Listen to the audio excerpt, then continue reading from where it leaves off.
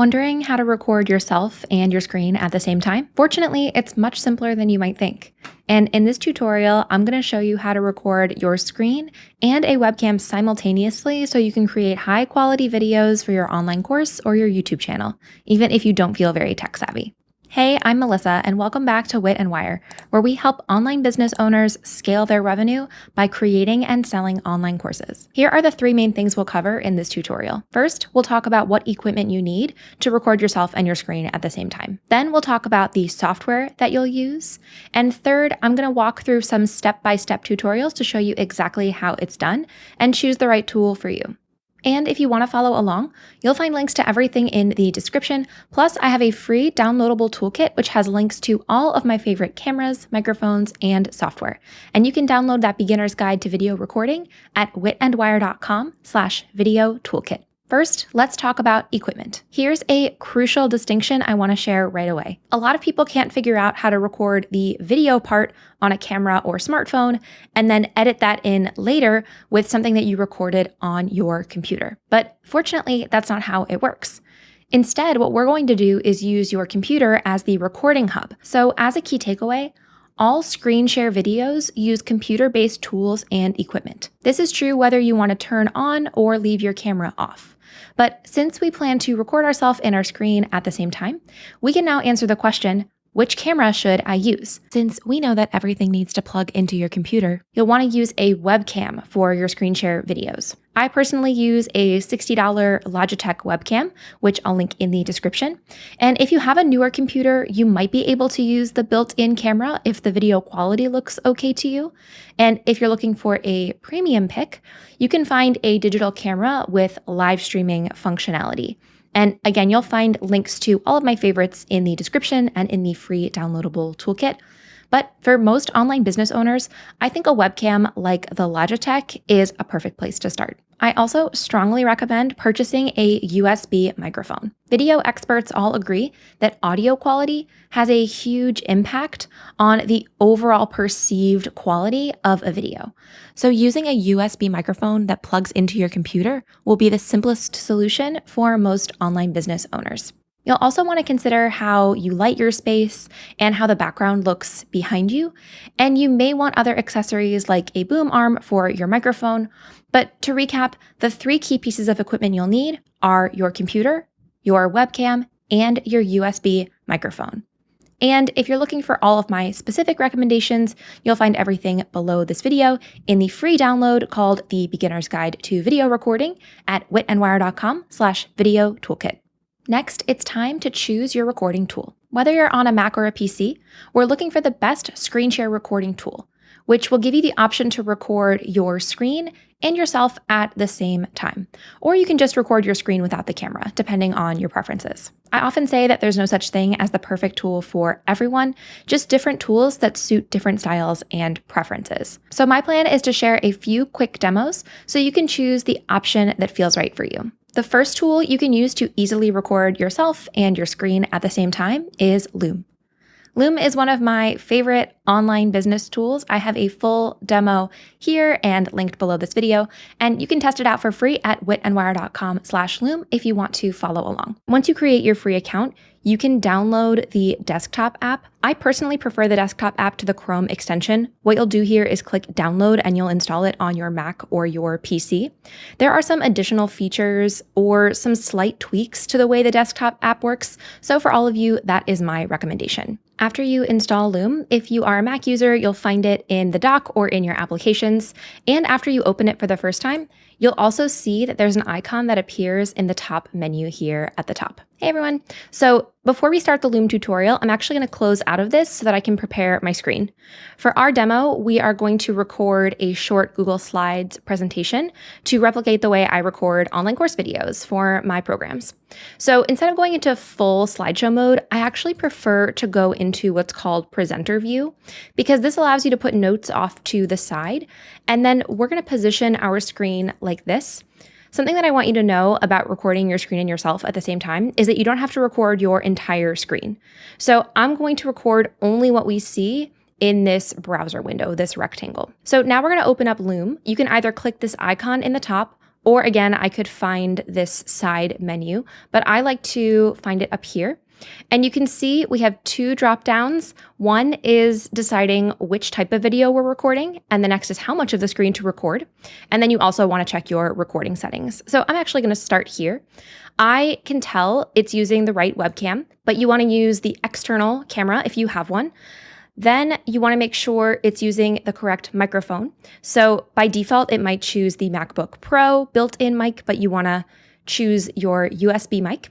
And then at the top, we're recording screen and camera, but you'll notice you also have options to record just your screen like this, or just camera only. But we'll do screen plus camera. And then here, you can decide how much of the screen you want to record. The full screen, one window, or custom size. I usually just do custom size because it gives you full control. So I'm going to click custom size and choose this desktop. And then I'm going to draw a rectangle that is the size of the recording space. And if you hadn't gotten it exactly right, you could just adjust these like this. Then you'll see my circular video appears here, and you can just click this and move it around to place it wherever you'd like. There's also a menu. If you hover here, you can make your face bigger, a little too much. You can also click this final icon on the right if you wanted to blur the background. Mine actually already is blurred by default. This is what it looks like without it. I don't usually use any of the colored backgrounds. They don't look great because I have picture frames on the wall behind me, but I'll stick with the blur, keep things simple, and select use these settings. I will say as a pro tip, for English speaking languages, I recommend putting the camera on the right side of the screen because that's where the eye kind of naturally goes. So I usually use the bottom right corner, and wherever you put this circle, that is exactly where the camera will appear in your recording. I'm actually going to hit record and get a little demo video going. So once you hit record, it'll give you a 3-second countdown, and then we will get started. Hey everyone, here is our demo video recording. We're just going to talk for a quick second about these features on the right. You can see the option to hit the red stop button, which would finish the recording. You can also click the pause button if you needed to do something in the background and you didn't want to worry about editing it out later. But Loom does have the ability to do simple edits and trims, so I'll show you how that works. And if you hated the video and you knew you weren't going to use it, you could click the trash icon to just nix it altogether and restart. You can also use this drawing icon to draw arrows. They're temporary. I'm going to click done and go back. I don't use those too often, but I think it's a nice feature to know about. We're going to go ahead and click stop to end this recording, and it'll open up in a new window. Once you stop the recording, Loom will automatically upload this recording into your Loom library in the cloud. So if you log back in at loom.com, that's where you'll be able to see all of your videos. I'm not going to get into all of the editing settings, although you can see my full Loom tutorial on my YouTube channel. But just to cover the basics, what I would do first is probably rename this video. So I'll call this the bridge theory. Then you can see on the right, if you click into some of these icons, you have the option to review the transcript. One of my favorite features about Loom is the fact that it automatically generates a transcript for all your videos. I think it's a really unique feature and great for accessibility. Then you can also click video preferences if you want to change any of the settings. You could trim the video. So if you needed to trim this at the beginning or even cut out part of the middle like this, you would be able to do that within just a few clicks. And then I'll click Save Preferences and offer one final tip about Loom, which is, of course, you can go up to the top and download this video. It's not available yet because it's still processing. Oh, here we go. It's a short video, so now it's already finished. But you can also choose to share videos by embedding them. So you can see the preview is going to show up here shortly, but you can copy this embed code if you want to put the video in a course or in another part of your business. Or you can just click this link icon and then you can share it with others, whether that's clients or students. So Loom is a great tool that you can use not only for course videos or YouTube videos, but also just to share more casual videos. Option number 2 is to use Descript to record your screen share videos and to record your screen and yourself at the same time. If you go to wittenwire.com/Descript, you can start a free trial where you can test the tool out, and then you can see if you do like Descript, It'll be a monthly plan and you can save a little bit by paying annually.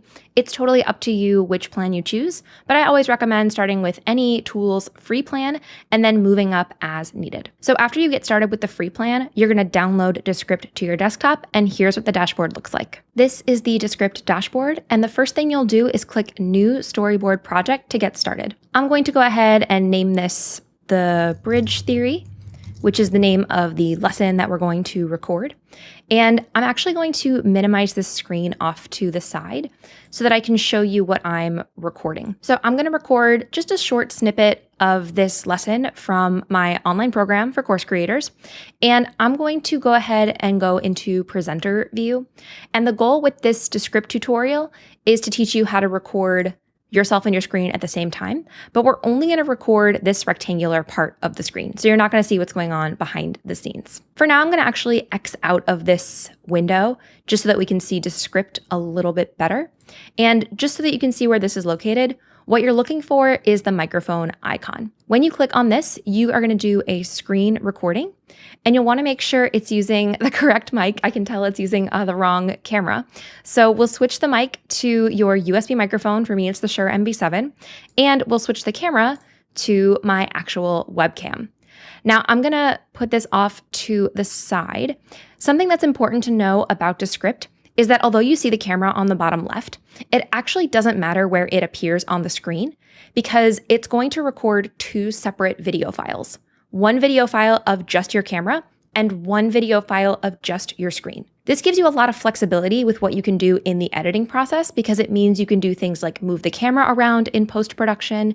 It means that you can remove the camera from part of a recording. So if you only wanted it to appear for part of a recording, you could do that.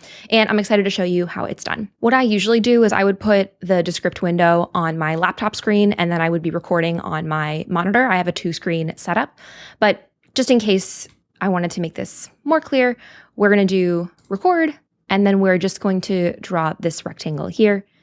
And then we'll hit start recording. I'm actually going to do a quick demo so we can see it in the recording. But in the background, do you notice how the red line has appeared? I can tell it's recording. I can see it counting up on the left. I'm going to go ahead and just do a little 1-minute recording so you can see what it'll look like after it's done processing. All right, our video has finished processing, and you can see we have the transcript along the side. And the coolest part about Descript is the fact that if you edit this transcript, it'll actually edit the file, the media file. So I can tell here, right, this was me still talking to you. So I can highlight this text, click the backspace button, and now it is no longer in the video. In fact, I can also see in the next sentence that I started this sentence, and then I paused for 5 seconds, and then I said basically the exact same sentence again. So that tells me that I can also highlight this part and then backspace it. Now, unlike Loom, Descript actually records 2 separate files, one for the camera and one for the slide. So if you hover over this, do you notice how the purple box is now outlining the slide and now it's on the camera? That's because you can actually move this around and you can change the size, you can change where it goes, and if you want to create what they call scenes, you can change how long it appears. You don't have to have it up for the entire video. So as an example, let me do a backslash here. And do you notice how that puts the icon off to the side? That's called creating a new scene. You can create one at different paragraphs, or if you wanted to create one right in the middle, I could create one here too by pressing enter and then doing the back. Now, if I go into this slide, do you see how on the bottom, it's highlighting just a certain area? So if you change where the video appears here, and then you click into a different section, you'll notice that the camera is in a different place. So there are significantly more editing features in Descript compared to Loom. I wouldn't say that's better or worse though. More doesn't always mean better, it just means different options. There are a few other noteworthy editing tools. Just to get very high level, you'll notice on the top you have the ability to add other media, to add text, to add shapes, or to record additional files. So if you needed to record a second half or you needed to re-record one of your scenes, you could just put your cursor right here and then re-record a slide so you don't have to start the entire thing over or scrap it. The other part of Descript that I really enjoy is the ability to click some of these magic features, things like shortening word gaps, removing filler words. There is so much that goes into editing in Descript, and if there's enough interest, let me know in the comments if you'd like to see a full demo on how to use this new Storyboard tool in Descript. I do already have a Descript tutorial when it comes to podcast editing, but these video features are brand new, just released at the time of this YouTube video. Once your video is ready, you would go ahead and click publish, and then you could decide how to either download this file and share it or grab a link to share it with others. The next option is a tool called Screenflow. Unlike Loom and Descript, Screenflow is a more traditional video editor with more robust editing features. And it is a Mac-only option. It is not for PCs. But unlike Loom and Descript, it's also not a monthly subscription. So you would purchase this once, and that would be the complete payment. You can start a free trial at witandwire.com/Screenflow, and I'm excited to open this up and show you how it works. When you download Screenflow for the first time, you'll need to go to the Grant Permissions tab, the next one on the left, and you'll need to give the app permission to record your screen, to use your camera, and your microphone. So you'll click on each of these one by one to open up your system preferences and give Screenflow access. You should only need to do that the first time that you log in, and from there you'll be ready to start a new recording. Now, in this recording, my plan is to bring back this slide that you've seen before, and I'm going to go into presenter view, and I'm just going to move this off to the side because this is part of what we want to record. And then under these, it's going to be a little bit different for mine. The problem right now is that I am using the webcam and I'm using my microphone. So just for the sake of example, I'm actually going to use my built-in camera on my laptop, and I'm going to choose MacBook Pro microphone, but you would want to choose the webcam and the microphone that you hoped to use. From here, you're going to go ahead and click this icon, and this will let you move around the region of the screen that you want to record. So you can drag it around, you can extend the corners just like this, and once you have the area set, then you can click the record button. You'll notice that they're giving you this shortcut prompt to finish, and it's telling you that it's recording three things: the desktop, the camera, and the microphone. So you don't actually see the camera anywhere on screen. But as you go through your slide presentation, I'll just click through a couple of these because we are going to see the finished video. But right now it's recording the screen, it is recording my camera, and it is recording my microphone. And when you're ready, you can either use the shortcut, or if you don't remember it, there's a small video icon along the top, and you can click stop recording. You could also pause it or add a marker, but I think it's far easier to just record straight through, and you can always edit parts out if you made a mistake. So I'm going to click stop record. Now that the recording is finished, here is what we see. Here's the preview of what the finished video will look like in the main window. And on the bottom, you can see two different tracks. We have the camera track and we have the screen recording track. Let's say you only wanted the camera to appear in part of your video. You could actually trim the file like this. So if I move the playhead, you'll notice there's no camera yet and it only appears here. Now you also might want to change the positioning or the size. So you can treat it just like you would move a shape around in a document. You can change the size, you can change how close it is to the edge. And if you wanted it to be in the bottom for parts or the top, what you could do is start by putting it here.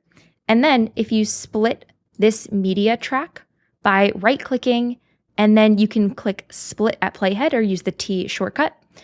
Now that you have two different pieces, you can change where the camera appears. So if I move the camera to the top, you'll notice that here in the first track, it's still at the bottom, and then now it has moved to the top. In Screenflow, there are so many other editing settings. You can see just a snippet of possibilities along the top, anything from adding text to drawing.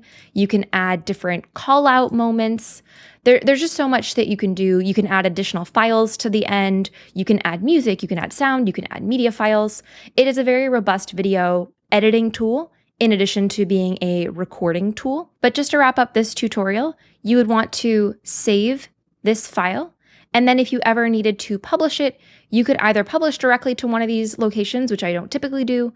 What I typically do is just export the video and then I upload it into either YouTube or into my online course, depending on what I'm creating. I also want to briefly talk about Zoom.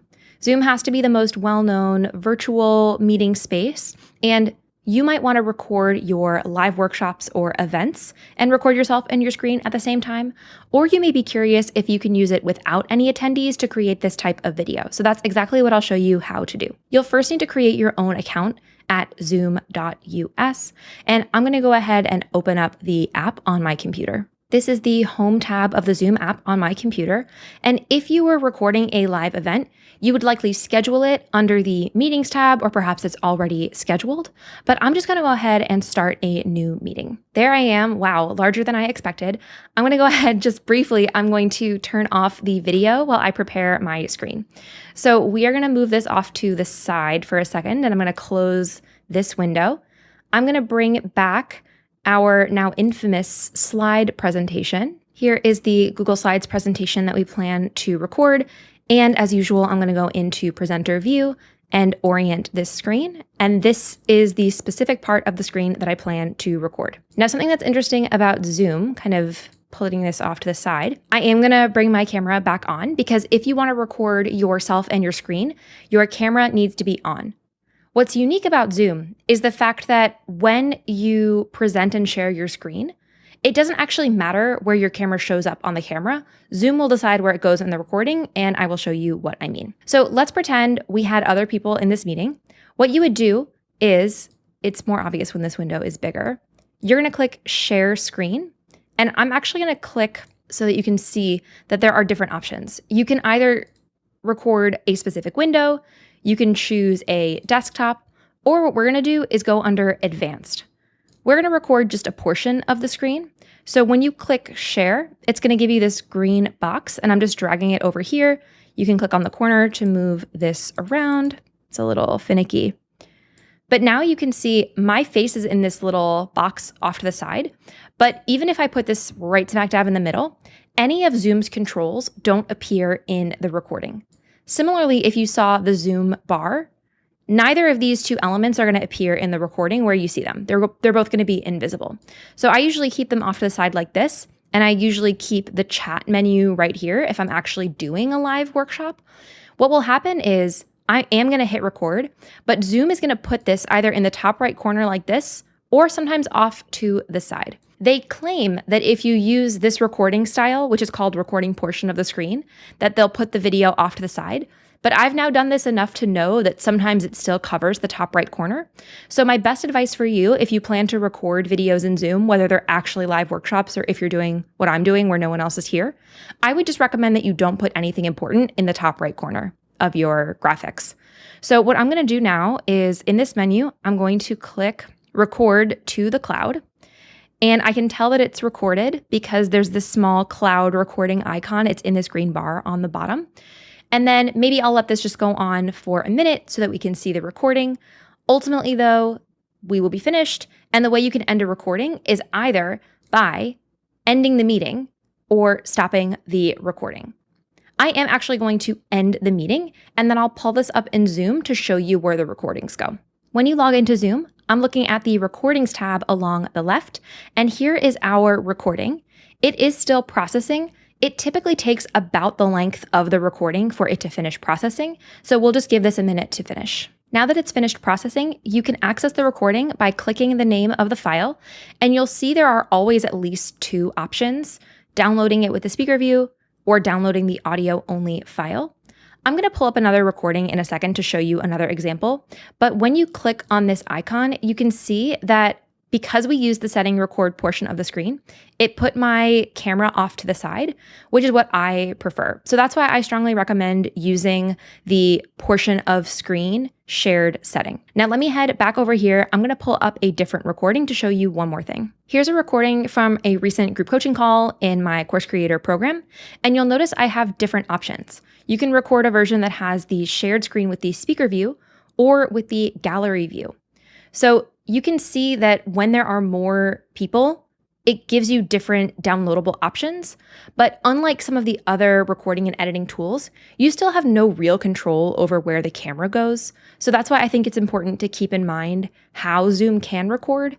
I typically use the shared screen with speaker view if I'm doing a workshop recording, but if it's something like a group coaching call where other people are speaking and it's more of a discussion, that's when I would download this file. There are a few other recording tools that I think are worth mentioning, and one of them is eCam. eCam is great for live streaming. A lot of YouTubers use it, and you can do a lot to really customize the way that your screen looks. You can see the way that the editor looks is pretty similar to this demo. If you go to witandwire.com/eCam, you can set up different, they call them scenes, where your camera is off to one side or there's a nice colored background even behind your video. So you can see that you have a lot of control over how it looks. You can add fun effects. You can add different overlays, the way that you see the different icons on the bottom, and you have the ability, if you're live, to show comments on the screen or to bring in other guests. So eCam is a robust tool usually meant for live streaming or doing recordings with other people, but depending on your video needs, it could be a great solution for you as well. I also have to mention OBS, short for Open Broadcaster Software. This is open source, which means that you don't have to pay to use it and it works on any system. And here's a preview of what it looks like. You can see it's most similar to Screenflow of the tools that I showed. And because it's free, there's maybe a bit of a learning curve, but it's still a very capable tool and one that I think works beautifully for a lot of YouTubers and online business owners. I also have to mention Camtasia, since it's a very popular choice for YouTubers and course creators. It costs $300 and it works for both Windows and Mac. So it is more expensive than Screenflow for those of you who are Mac users, but it renews at $50 per year, so it's not $300 every year. And it has a lot of great features and people are able to record and produce very nice videos with Camtasia. So there's a link below if you want to check it out. For most online business owners, Loom is my #1 pick because it's simple and shareable. Not only can you record videos with ease, but you can also share them in many different ways, which gives you a lot of flexibility at a great low monthly price. To check out the recording, editing, transcription, and sharing tools, you can start for free at witandwire.com/Loom. You can also grab the free guide with all of the tools and equipment mentioned in today's video at witandwire.com/video toolkit. If you're thinking about creating and selling your own online courses, but you're not sure where to start, you can find another freebie in the description and learn more at witandwire.com. And don't forget to hit subscribe before you go so you don't miss any of our upcoming online business tips and tutorials. Since you checked out this video, here's another online business tutorial that I think you'll enjoy.